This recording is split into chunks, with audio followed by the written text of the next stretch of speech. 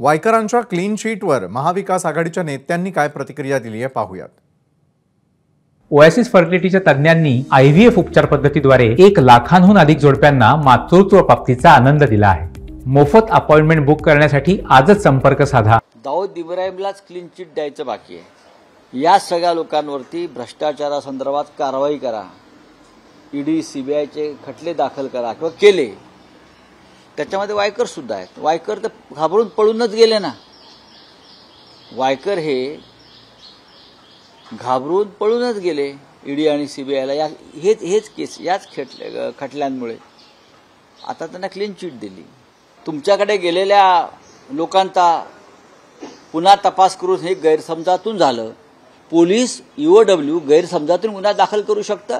EOWच्या प्रमुखांवरती खटला दाखल केला पाहिजे। साहेब, वायकरांनी ज्यावेळेस ते लोकसभेचे उमेदवार झाले त्यावेळेसच त्यांनी या प्रश्नाचं उत्तर दिलेलं आहे। यामुळे मला असं वाटतं की मोदी सरकारच्या बद्दल त्या ईडी आणि सीबीआयच्या माध्यमातून, त्या कार्यकर्त्यांच्या माध्यमातून ते राजकारण कसं करतात, त्यांच्याकडे गेलं की वॉशिंग मशीनमध्ये धुतलं जाते, हे आपण अनेक चित्र पाहिलेले आहेत। त्याच्यामुळे मला आता ही चर्चा फार काही महत्त्वाची आहे असं मला वाटत नाही, कारण एखादी घटना झाली तर आपण मान्य करू।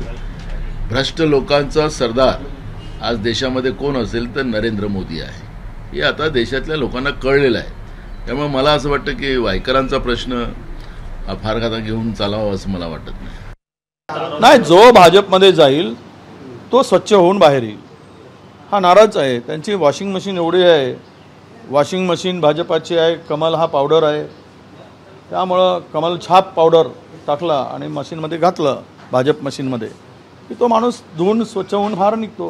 हे आत्तापर्यंतचा अनुभव आहे, त्यात काही फार नवीन आहे असं नाही। म्हणजे आरोप करायचे आणि सोबत घ्यायचं आणि सोबत घेऊन त्यांचे सगळे प्रकरणं संपवून टाकायचे। ABP माझा, उघडा डोळे बघा नीट।